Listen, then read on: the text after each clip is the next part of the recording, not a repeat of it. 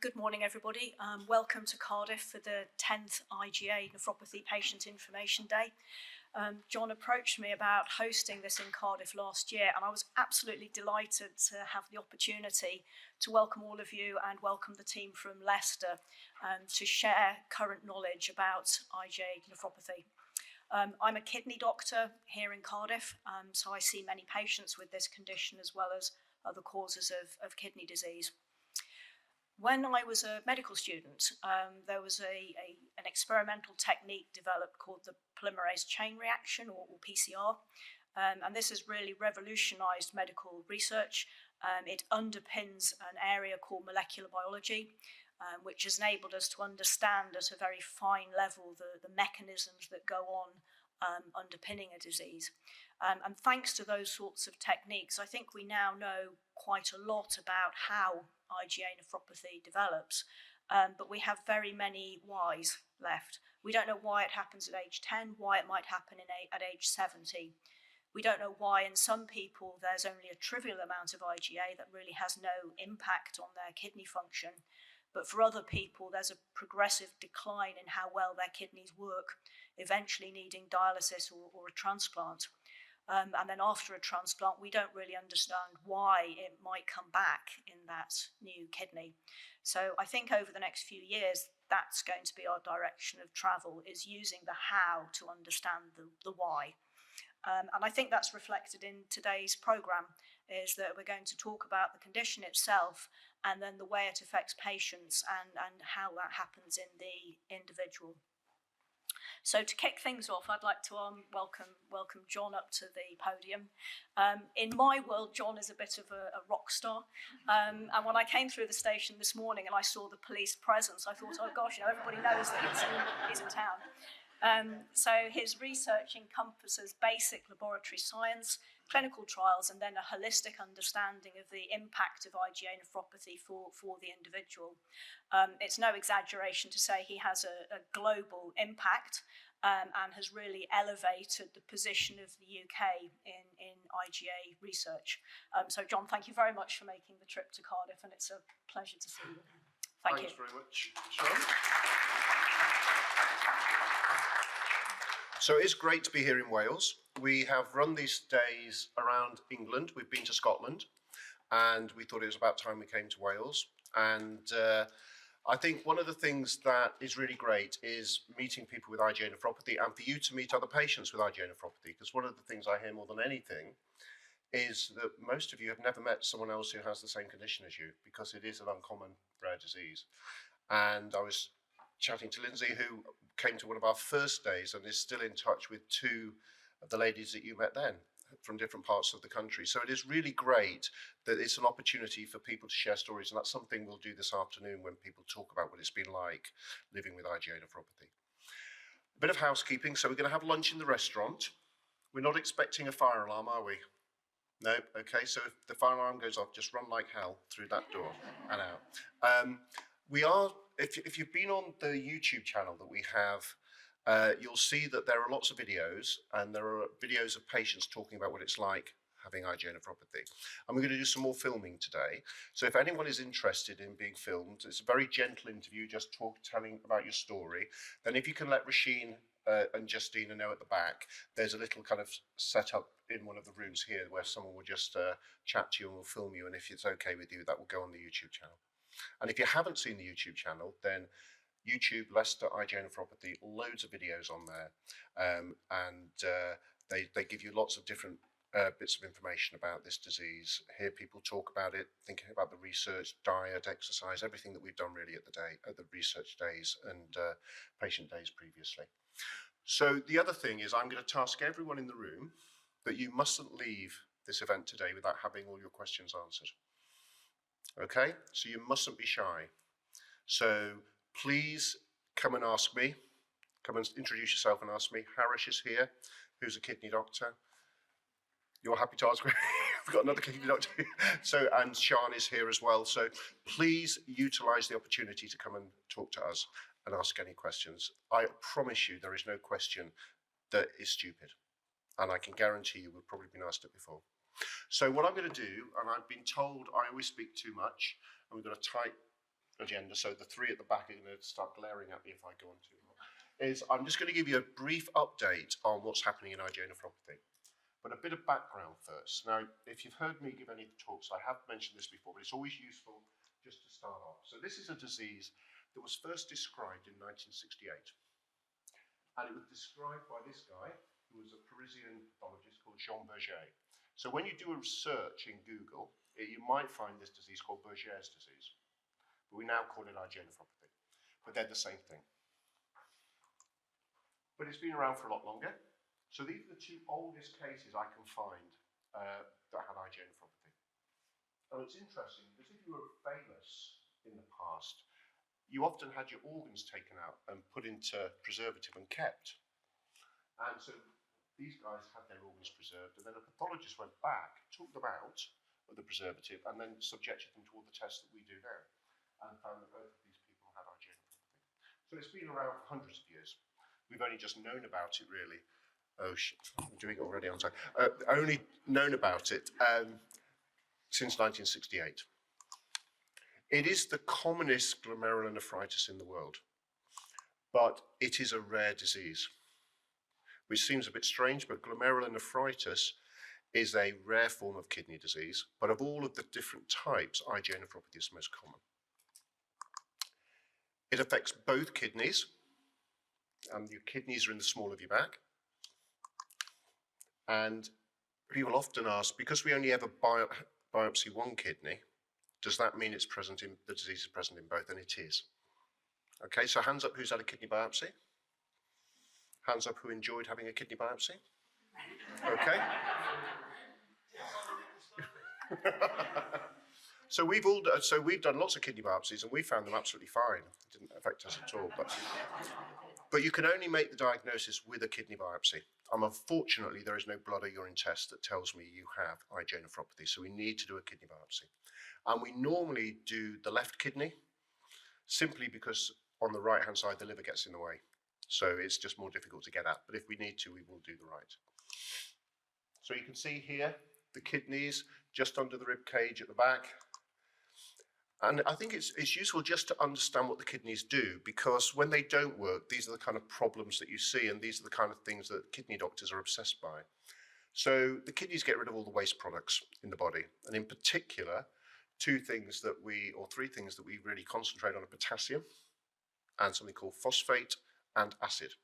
So if your kidney function gets worse and worse and worse, these are the three things that can accumulate in the bloodstream that we take particular notice of. And so every time you have a blood test, we'll be wanting to know what your potassium is, or your phosphate, or your acid level is. And that will often necessitate perhaps changes in your diet. But that only comes in when your kidney function is close to the point of needing dialysis. It's important in regulating how much salt is in the body and how much water is in the body. So I would imagine you're fed up as soon as you come in and sit down, the first thing the doctor does is look at your ankles, because we're looking for excess water, because water goes wherever gravity sends it. So if you stand up all day, the water goes down here. If I stood you on your head all day, the water would just come up to your head. And in the morning, when you've been flat in bed, all the water just distributes into your tummy area, so your ankles look nice and slim. But as the day goes on, that fluid just slowly goes down and your ankles swell. So we're obsessed with how much water you've got on board. Kidneys are very, very important in controlling your blood pressure. So high blood pressure damages kidneys, and kidney damage raises your blood pressure, and you get into a vicious cycle. So we are equally obsessed with your blood pressure.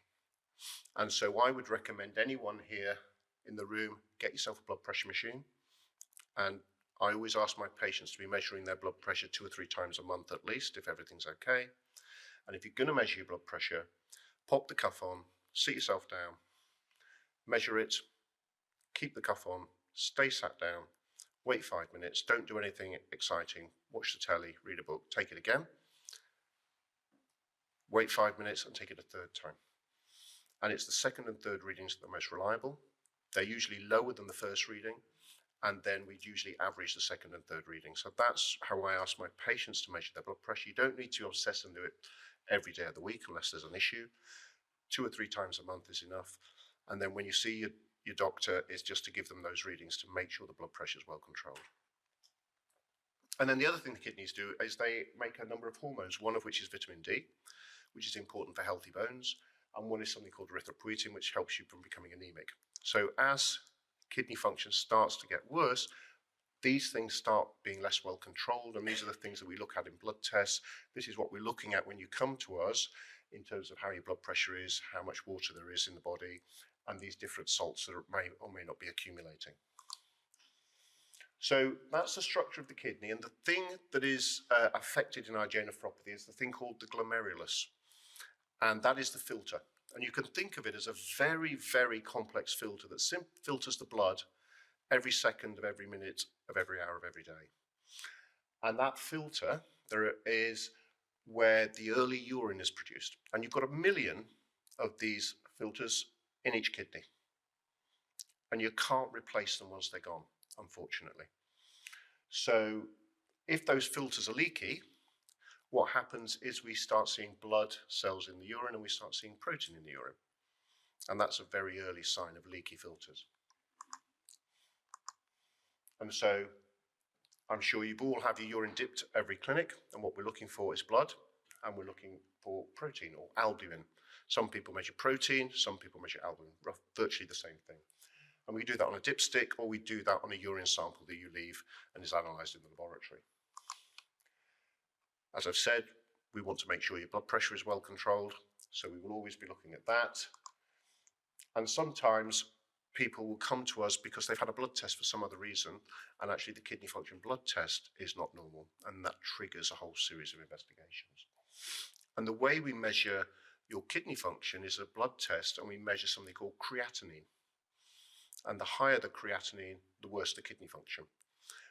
And the higher the creatinine, the lower the GFR. So as one goes up, the other one goes down. And we calculate the GFR based on the blood creatinine. So they're virtually doing the same thing. It's just one's a calculation from the other. And so you will see on your blood forms the serum creatinine level, and you will see a calculated glomerular filtration rate, or GFR. And that's the thing. And what we tend to say is your GFR is the percentage of kidney function that you have. So if you've got a GFR of 100, your kidneys are working fine. If you've got a GFR of 30, they're working at 30% of what they should be doing. Has everyone got Patient Knows Best? Yeah? Good. So Patient Knows Best, if you haven't got it, is a way that you can, through an app on your phone, get all your blood results. And most of my patients get their blood results before I even see them, because it comes through real time. So if you haven't got it, then you can have a chat with me afterwards, but you can just go online, register. When you register, it sends something to the renal unit that you're at to confirm you are truly who you say you are. And then once that happens, you get a login and you can access this information. And lots of patients find it really useful. But as I've said, none of those prove you've got IgA nephropathy. Any of those changes, we need a kidney biopsy. So that's a kidney biopsy. That's what we get at the end. I'm sure you were on your tummy and didn't quite see this when you were minds elsewhere, but it's a very small piece of tissue which we process. And there you can see the glomeruli, the filters, little round balls. Nice and easy, you can see there. And in IgA nephropathy, when we stain them for the IgA protein, every single filter lights up with IgA, and that's the green stain you can see here. And that will be every filter in both kidneys, but we only biopsy one kidney because that will give us the diagnosis. And so glomerulonephritis, glomerulo is glomerulus, and anything with itis is inflammation. So appendicitis, iritis, scleritis, it's all just inflammation. So glomerulonephritis is inflammation of the glomeruli, or the filters. And there are lots and lots of different types, but as I say, IgA nephropathy is the most commonest type. So what's happening in IgA nephropathy? Well, as Sian was mentioning, this is perhaps the most exciting time in the history of IgA nephropathy in terms of new treatments coming, which is absolutely fantastic. The two things that patients ask me the most is, I've given you a diagnosis of IgA nephropathy, but what's going to happen to me? As Sian said, some people may never be anywhere near needing dialysis, and others may well end up, unfortunately, on dialysis very quickly. So how can we predict what's going to happen to you as an individual? And then what kind of treatment can I have? So the important thing is IgA is very variable. So every case is different. And when you talk to people that you meet today, you'll hear how different the disease is in different people. Some people will have lives where they're not looking at needing dialysis, and others unfortunately will. So we can predict, and this has been work that's been undertaken on a global scale, at the time of your kidney biopsy, we can enter certain features of the biopsy, your blood pressure, your protein there is in urine, and we can calculate what's likely to happen to you for the next 5 to 7 years. And so what's happening now is that doctors are using this at the time of diagnosis to give patients a kind of idea of what the risk of something happening to their kidneys is over the next 5 to 7 years. Of course, IgA nephropathy is a disease that happens over a much longer period of time, but this is a window of what's going to happen in the immediate future. Sorry to ask a question. What's the name of that prediction method on the last slide? Is there a name for it? I will show you on my phone afterwards. Anyone can get it on their phone, but you can get that down. Again, hopefully you've all got your patient knows best. The best way we can predict what's going to happen is by monitoring what happens to your blood tests over time. And we can see here on this panel, there's kind of like a bit of a seesaw, but the kidney function is slowly getting worse. And we can use that because that's normally what we predict. If there aren't any treatments, that's likely to continue. So what we tend to do is we want to look at kidney function changes over the long period of time. Patients do like to know their blood results, and it can be quite a stressful time going to the doctor, having a blood test, and then waiting for those results. The one thing to remember is changes in your results do not mean necessarily that that's impacting on your kidneys. So if you think about a typical British summer day, which is here at the top, and then you think about going to, and I had this talk when I was in Texas. So you go to a very hot place. If you don't drink enough, you will become dehydrated, and your creatinine will go up, because creatinine is just a measure of a concentration of something in the blood, and if there's less water, the concentration goes up. So your degree of hydration will affect your blood test results. Equally, if we use tablets to get rid of water, diuretics, that can change your kidney function blood test results. Doesn't mean to say your kidney function has changed, but the blood test has changed. We need to just make sure people don't get too worried about a minor change, because often people think, oh, the doctor's not taking it seriously. It's because actually what we want to do is just repeat it a little time later just to see whether it's a real change or not. The other thing is salt in your diet. So I can guarantee you, if you have a lovely salty meal and I measure how much protein is in your urine the following day, it will go through the roof, because the amount of salt you eat will influence the amount of protein in your urine. So there are these things that we do need to think about. If you've been to the gym, you've done exercise, and then we measure your protein in the urine, the next day, the protein level will be high. So there are things that act and change your blood tests and your urine tests that are nothing to do with your kidney function actually getting worse. So we always need to think about that and take that into account when we're interpreting your results. If you are interested in what's happening in terms of research, have a look at this website. This is our website for the research. It's not a patient-facing website. It directs you to patient-facing websites. But if you're interested in the kind of things we're up to globally in terms of research, then have a look at this. And again, if anyone who's interested, I can give you the web address. But this kind of summarizes what's happening. And these is a record of all the laboratories and research centers in the world that have got an interest and are doing studies in IgA nephropathy. And so it's quite nice to see that actually you're not alone. There are sites interested in research across the Americas, Europe, all the way across to Asia. And then you can click on each of these and see where they are.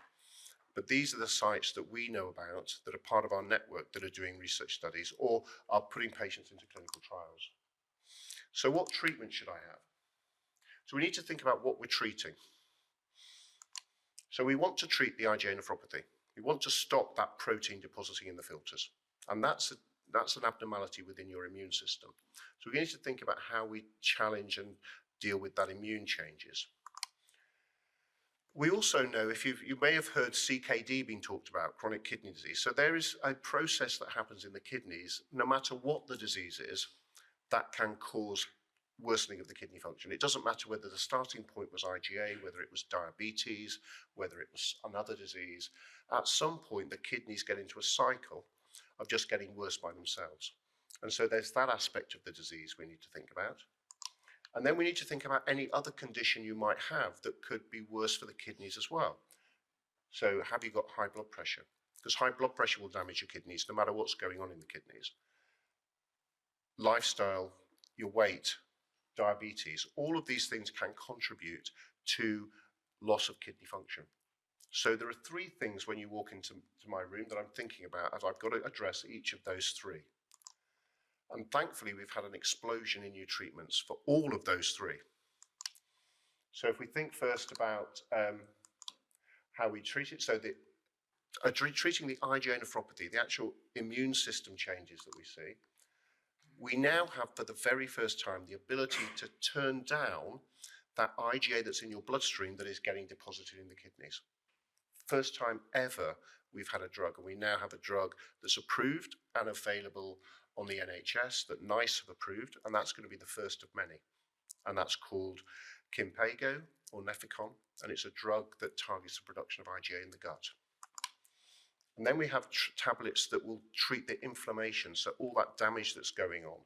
And we've got new treatments that are coming there as well. And then from a CKD perspective, we've got blood pressure treatments, we've got treatments that reduce the amount of protein in your urine, and we always need to think about the heart and blood vessels as well for anyone with kidney disease. And we're going to do both of these things together. This is the first time we've been able to do this, because up until recently, we could only do one or two of these things, and we just dreamt of being able to do the rest. And now we are going to be able to do this with all the new treatments that are coming. So if we think about the treatments that can reduce that IgA in the circulation, as I say, the first drug we have is this drug called Nefecon or Kinpeygo. But these, you don't need to take much, but these are all the other drugs that are coming. So if you look here, Harish is going to go into this in more detail. The 4 drugs in red are trials that are designed to get a drug approved so I can prescribe it as part of clinical care. The top 2 have finished recruiting. The top 1, there's already been a press release that it works, and we're waiting to see it get approved. So we've got 4 drugs there that look absolutely outstanding in terms of the data that's coming, and these will be available for us to be thinking of using in the next couple of years. The drugs on the right are a bit earlier in their development, but they're likely to go into studies that will get the drug approved for me to be able to use over the next couple of years. So you've got there, having had nothing for most of my career, we've already got Nefecon, and we've got all of these drugs here that are coming thick and fast. We've got other treatments that you might, if you use Dr. Google, really would caution you about using Google. But there are certain drugs you might see that are used in different parts of the world because the disease might be subtly different and they work in that part of the world. These treatments don't really, there's no evidence they work in European Caucasians. They might work in Chinese and Japanese people, but that's, we're just not so sure. But if you are looking around, there are other treatments that have been tried, but really not for people that we use routinely in the UK. We think about the drugs that really hit that inflammation. Anyone had systemic steroids, so prednisolone? Yep, how many people enjoyed it? No, it's not a great drug, and we'd ideally love to not have to use it, but it's all we've had.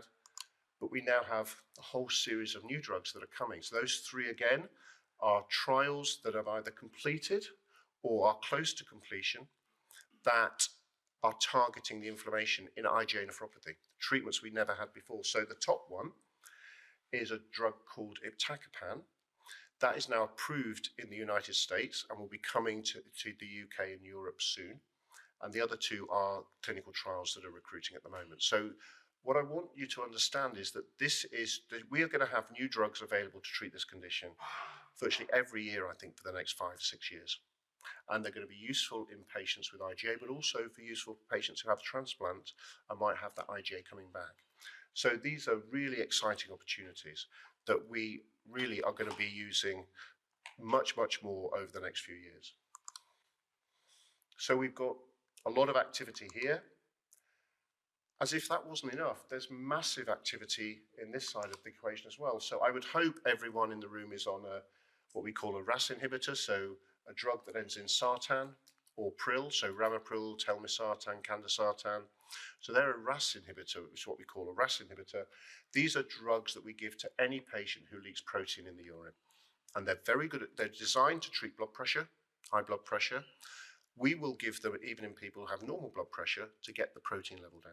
The big drawback is, of course, if you're well and don't have high blood pressure anyway, we can't give you high doses because your blood pressure becomes too low and then you feel dizzy.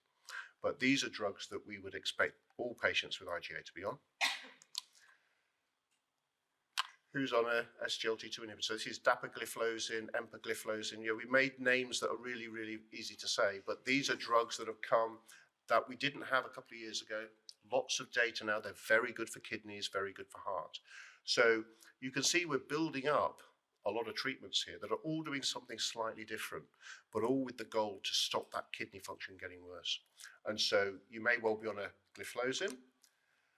This is the second drug that was approved to treat IgA nephropathy, and there was a nice meeting this week to see whether we can prescribe it on the NHS. So this will be another drug that will be coming and may well be available, and this is to help kind of deal with that general aspect of the disease and reduce protein in the urine and protect the kidneys. And then we've got another drug that's coming. So this is another drug. This is specifically being looked at in IgA, but is treating that kind of CKD aspect. And I expect this drug will likely get approved in the United States at some point this month. So that's another drug that we're going to have available to use as well. And so we have all of these. And if, to be honest, in a year or so's time, I'm going to need a second slide because there are going to be so many other opportunities we're going to have. And that's just the trials that I've got time to tell you about that are that far ahead. We're doing a lot of trials that are a little bit earlier, but looking at other ways of treating this disease. So for Sian and me, because we're the eldest in the room, that was what it was like when we asked to go to get a drug to treat IgA nephropathy. There was nothing. That's what it's going to be like soon.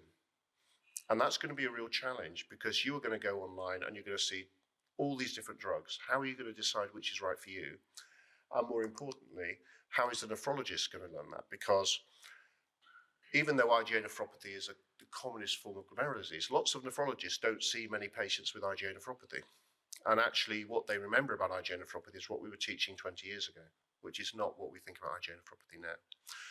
So you are going to have to realize that you're going to be confused, but the nephrologists, unless they keep up to date with all these changes, are also not going to necessarily be able to keep up with what the right treatments are. And that's going to be really important in terms of making sure that you have access to people that know how to treat this disease because things are changing so quickly. John, if it's been around since 1968, why is it only sort of now that we're seeing the advances in the potential? So if you traditionally wanted to know whether a drug worked in kidney disease, you needed to assess whether it worked by determining how many people ended up on dialysis or had a halving of their kidney function.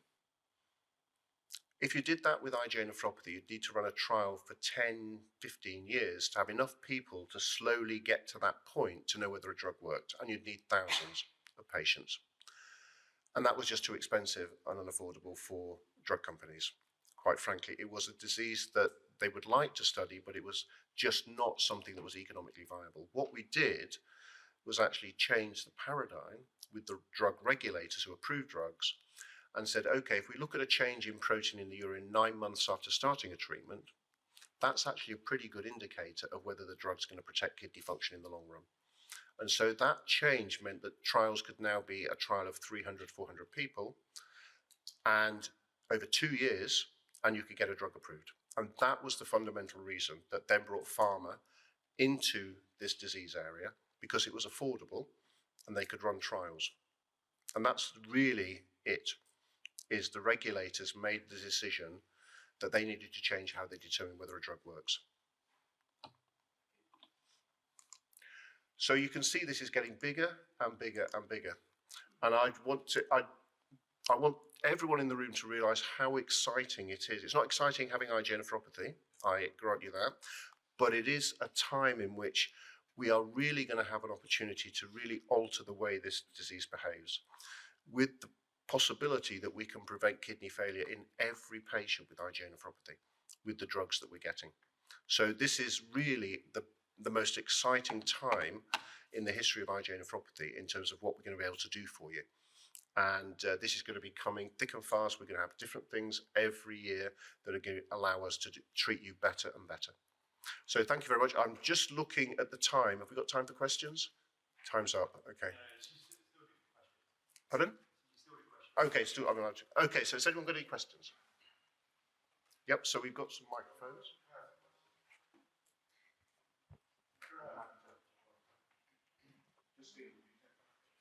Yeah.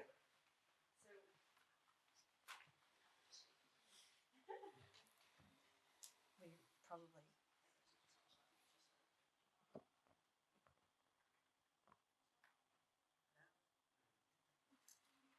I'll just shout. So you probably can guess what my question is. With all of these medications coming that are going to prevent IgAN getting worse, for somebody like me who has already lost their kidneys to IgAN, obviously they're potentially available to stop that happening in a transplanted kidney, or that's something you referred to.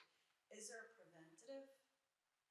Is there, is it possible that they can be used preventatively to stop it coming back, rather than waiting until it comes back and then you take it, because you obviously have an IgAN diagnosis? So the challenge with transplantation is we're not sure who's likely to get the disease back and who isn't. So we don't want to overtreat people and give drugs to people that weren't going to get the recurrence in the first place. So what we want to do is to be hyper vigilant that if you have a kidney transplant and there's a risk it could come back, that we're looking for it. And we're looking for it by looking in your urine for blood and protein coming back, looking at changes in your kidney function. And of course, a kidney transplant, because it's just here under the skin, is much easier to biopsy. So what we tend to do is if we think there's a risk of it coming back, then we will be monitoring you much more closely. And then if we see that that disease is coming back, all of the therapies I've just talked about are now available potentially to treat that. And we've got a number of trials coming up this year of these therapies in patients with recurrent disease in their kidney transplant. And we're going to have a talk about recurrent disease later, because there's a lot of really exciting work going on in terms of looking at recurrent disease. Hello. Is it more susceptible to certain groups of people, IgA? Like looking around the room. Sorry, my hearing's not great. Looking around the room, it seems to be all Caucasian. Is it more susceptible to certain groups? So, in the world, this disease far more commonly affects people in China, Southeast Asia. And we see that in the UK, but clearly the UK is a predominantly Caucasian population. But this disease is more common and more severe in Chinese, Japanese, South Asian people. And just as an example, there are as many people on dialysis in China as there are in the whole of Europe. But 1 in 4 of the people on dialysis in China is on dialysis because of IgA nephropathy. So it is a far more common problem in that part of the world. And that risk comes with people as they emigrate. So the kind of very severe type of IgA we see in Chinese people in China, we also see in Chinese people who live in other countries. So they take it with them. It's something likely to do, but predominantly with their genetics. If you say that there's so many new medications coming onto the market and it's an exciting time for everyone with IgA, but yet at the same time, when you go for your appointments, your consultant that you're seeing isn't kept up to date with the treatments. How, as patients, do we get across to the consultants to know about new treatments to enable people with IgA to benefit from them? So that's a really good point. So we are, as a kidney community, doing lots of educational events to educate our colleagues. But the most powerful voice is the voice of the patient. If you go in and say, print out, or you have on your phone, look, tell me about this drug and whether I should be having it or not, then that is a way to advocate for yourself. But we are trying very, very hard to upskill and educate our colleagues. Of patients perhaps might not have the ability to go and look for what's on the No, market. yeah. And then as a patient, when you go for treatment, it is the responsibility of that consultant really to be knowing if you've got IgA, to look what's there available for you, and not for you always to be on the patient.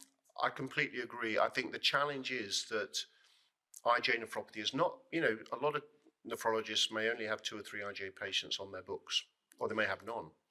And actually most of their work is a different type of kidney disease, and they're keeping up to date with that. So it's beholden on us to make sure we, the interested nephrologists, get our colleagues to know more and more about it. We need patient organisations to support patients to know what's happening. And these kind of events and the communication that happens, we've got the UK Facebook group. We generate a newsletter, which I hope everyone will end up getting, whether you like it or not. But we generate a newsletter about what the research is that we're doing in Leicester, and I always write a little bit about what's happening with clinical trials and new drugs. So we do need to get the message out there and make it as easy as possible for patients to know. Especially at this time that it is so exciting for treatments that weren't previously available. It would be such a shame if patients turn up at their clinics and their consultants aren't aware of treatments that can help. Yeah, I couldn't agree more. And that's our job. I was invited down by Sian here to give a talk to all the Cardiff nephrologists about what's happening. So, I'm doing talks all the time in different kidney units about things that are happening. So it is happening. It may not happen as quickly as you like, but I think we just need to make sure there is a network for people to communicate and know what's happening. Yeah. Sorry, can I give you a mic before you talk, just for the people? Oh, wait a minute, there was a question at the back. I think Taps had it. We'll come in. Thank you. Sorry, the lady before me the lady before me asked pretty much the question I was going to ask. But just in general, how do you broach that subject with your nephrologist, or presumably if you go, the person you may see at your checkup it might be a different person from the team each time, and some obviously may know a little bit more than others, and obviously you don't know what they know or don't know, but how do you broach that with them, or without treading on toes or coming across as being rude or... Yeah, so doctors can be quite precious, can't they? And don't like to be told what to do. But I think, my personal experience, if you come to you're going to see a nephrologist, and what I would normally ask patients to have is on a piece of paper the questions they want to ask, and I don't think that's unreasonable. And you could go saying, I've heard about this new drug, could we have a chat about whether you think it's right for me? And that's not an unreasonable thing to ask the nephrologist. Now, the real challenge, of course, is if you're seeing a different doctor each time, then you may not get a consistent response. But I don't think it's unreasonable to ask your kidney doctor if there is a treatment, are you missing out? Or is there a clinical trial you could be involved with? Is there something that you could have that you're not having at the moment? And that's a completely reasonable question to ask. Would it be reasonable to ask if you could be seen by somebody in the team who, I don't know, who perhaps had an interest in that area, however Yeah, that's completely reasonable as well. So, you could ask, is there someone who looks after these glomerular diseases in a special clinic? Or could you have a second opinion, or could you go and have a chat with someone else? I get lots and lots of patients that come and see me. And often it's a video call, a telephone call, just to go. And the consultants that I deal with, I really don't mind. They're not offended or upset by it. In fact, they quite like it because it means someone else is giving them some advice and guidance. So I think advocating for yourself and asking what else can be done is perfectly reasonable. Thank you. Yeah. So I was going to just answer the lady here that you were talking about doctors not necessarily knowing the latest drugs, but as a patient you can apply to any of these trials as an individual. So Yeah, we were aware of that. I was just thinking of the wider community not missing out on new drugs. Yeah. Wouldn't like to think of somebody who's got IgA turns up a clinic and their doctor doesn't know the treatments available. But I think with what COVID taught us is you could do a lot remotely. So, you know, we even have people coming up for trials from Cornwall, from all over the place, and I will speak to people, Ireland, abroad, wherever, and you can do that on Teams, you can do that on a telephone call. So there are ways of getting access to expertise. It doesn't mean to say, if you're not happy with what you're getting locally, is ask if you could have someone, you could speak to someone either in another hospital or within the unit that has more of an expertise. That's completely reasonable. I don't think you should feel embarrassed about that. And my experience has been that consultants, nephrologists really don't mind. They're more than happy to get a second opinion, you know, or some additional advice. I was just going to say, if you do go to your nephrologist and you've never, don't know what you're talking about, you've never heard of it, find them at you, can find them at your program on your website or... Yeah, I mean, that's absolutely fine. Yeah, I mean, I was over in Belfast talking to the guys at Queen's, and, you know, and what that sometimes triggers is the fact, well, John, why don't you come and give us a talk? And that's great, because then actually in that hour, all the consultants get to hear about it. And often when you do that and they meet you and you meet them, I would get calls from colleagues around the country, so I've got this case, I'm not quite sure what to do. And so, you know, I think that's where we want to be getting to, is we can't expect every kidney doctor to be an expert in every single type of kidney disease. It's just not possible. So we have to accept that there'll be a varying degree of knowledge and expertise, but as long as that person is prepared to say, okay, it's not my thing, but I know someone who I can talk about, then that's the way I think it should work. I think time's up now, so I am going to sit down, but please catch me anytime. Please don't be shy.